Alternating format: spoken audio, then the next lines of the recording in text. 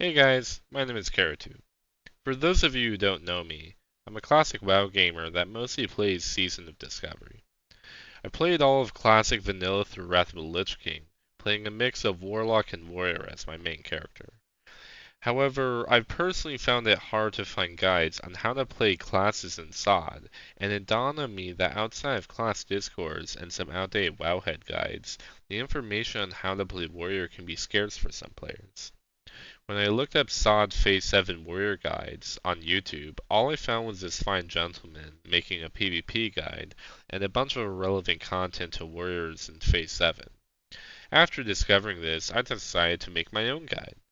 I want to go over consumables, what specs should be played, your rotation and cooldown management, plus some parsing tips for the bosses and nags.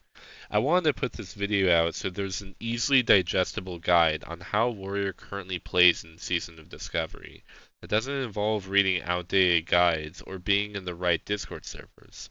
So anyways, let's jump right into it. Let's first go over the consumes. In SoD, consumable stacking is still the meta similar to vanilla WoW. You have your regular battle elixirs you run, such as Giants, Mongoose, and Firewater, plus a new melee flask they added in AQ, Flask of Madness, which gives 50 attack power for 2 hours and persists through death similar to all other flasks. We also have a new food buff, Smoked Desert Dumplings, that gives 20 strength for 15 minutes. Our Weapon Stone, Consecrated Sharpening Stone, provides 100 attack power against all undead targets for 1 hour. Plus, don't forget your Mighty Rage Potion, which increases your rage by 45 to 75 and increases your strength by 60 for 20 seconds. However, we're still not done, as you're gonna want to head over to Blasted Lands, to Blood Mage Draziel, and pick up your Roids, which provides 25 strength for 1 hour, and stacks with all previous consumes that I mentioned. Remember to bring mats for 2 Roid consumes, as they are bind on pickup and unique, so you will want to receive your first Roids, pop it, receive a second one, then get a summon to Eastern Plaguelands. The mats for 2 Roids are 6 Snickerfang Jowls, 4 Blasted Boar Lungs, and 2 Scorepock Pincers. You can farm these from mobs in Blasted Lands or buy them on the auction house, as they are relatively cheap.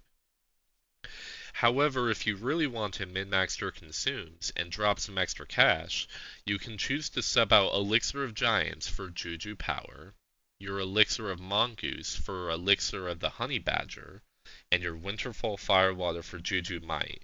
These 3 consumes combine an extra 5 agility, 5 strength, 5 attack power, and 15 nature resist.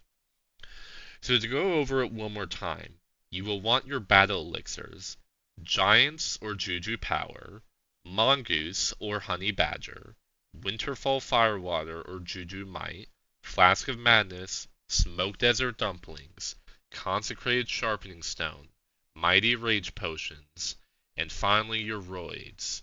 Once you have all of these, you have all of your consumes for raid.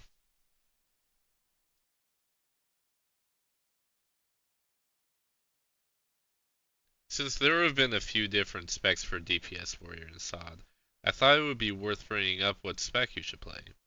As of right now, there are 2 different DPS specs for Warrior DPS, Dual-Wield Fury and Two-Hand Fury.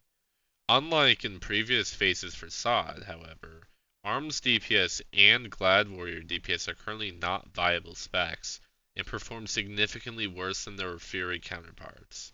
Personally, I believe Dual-Wield Fury is the move over Two-Hand Fury. Not only does Dual-Wield outperform Two-Hand, but gearing a Dual-Wield Warrior is a lot easier. Two-Hand Fury needs Blade of Inquisition, which is best for Rep Paladins and Melee Hunter, so if you're on Horde it might be easier to grab this.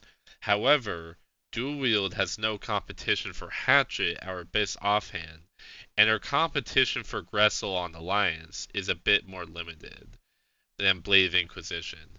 Melee Hunters are the only real competition we'll have, but Rogue Tanks and Prot Warriors will also want it. However, it's a fairly minimal upgrade over Clobber.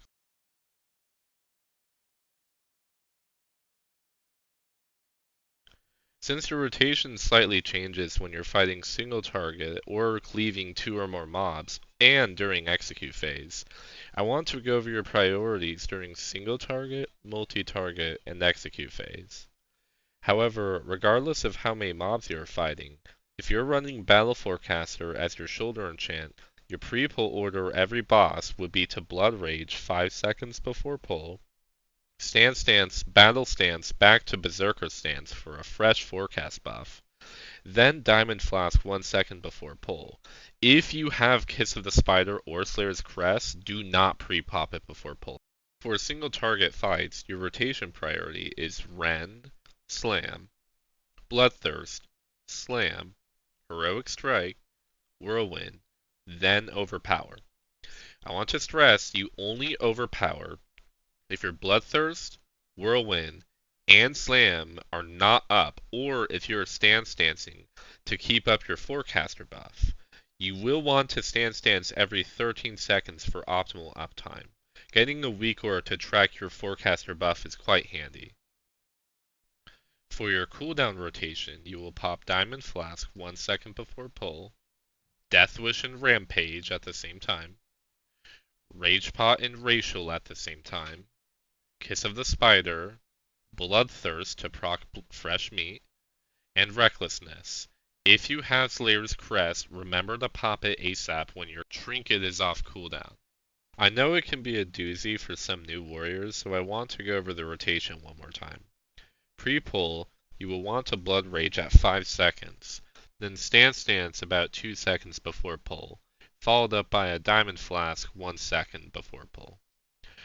By the time the boss is pulled, you will want to Rend, Rampage and Death Wish, Mighty Rage Pot, Bloodthirst, Wreck, Heroic Strike, Slam, Whirlwind, and Overpower, when either stancing or when Bloodthirst, Whirlwind, and Slam are all down. Remember to keep your Heroic Strike permanently queued and hit all the slams and don't let them go to waste, as well as your taste for blood procs. However, Overpower should never be a priority and is at the absolute bottom of your list to hit. When swapping to multi-target encounters, your rotation priority slightly changes. It goes to Rend, if the target can stay alive long enough, Whirlwind, Cleave, Bloodthirst, Slam, and Overpower in that order. Cleave is what you're supposed to permanently queue instead of Heroic Strike. However, it's worth noting that despite Nax bosses having some adds, there are virtually no cleave fights due to Warcraft logs filtering out add damage for parses. So this cleave rotation is only applicable to trash cleaving adds if your raid lead is calling for it, and maybe for horsemen if your guild is running the cleave strat. Now for execute phase, our rotation is fairly simple. You will want to continue your normal single target rotation. However, you will press execute if the two terms are met. A, that you have more than 75 rage, and B, Whirlwind, Bloodthirst, and Slam are all down.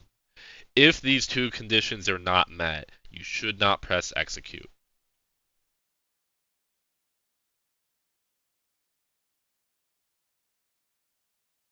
Something unique about these two bosses is that neither of them are undead, meaning our 6-piece and consecrated sharpening stones do nothing to them.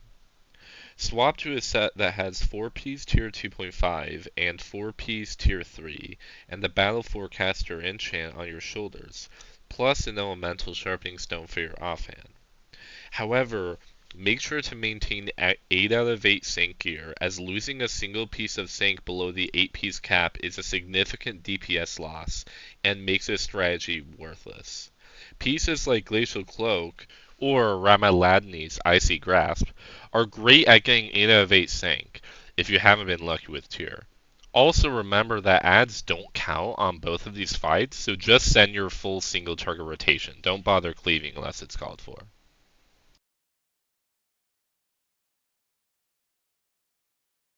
If at all possible, try and get into the second Spore group. Warriors don't want to be in the first group because Spore buff is essentially a Recklessness with a longer duration.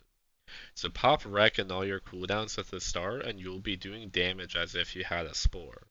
It's also better this way because you are very likely going to have a second Kiss of the Spider, Death Wish, and Rampage come back up later in the fight. Thanks everyone for watching this video. I hope you all learned a lot on how to play Warrior in Phase 7 SoD. I am planning to make another one of these videos for Scarlet Enclave, for all the tech and the gearing and everything. So stay tuned if you like this video. There's going to be more for Phase 8 and beyond. I wanted to make videos like this because I've noticed there's a lack of YouTube videos covering how to play SoD, and I kind of wanted to help fill that void a little bit. There's a Discord server in my bio if you want to join and ask Warrior questions or chill. But anyways, have a good day.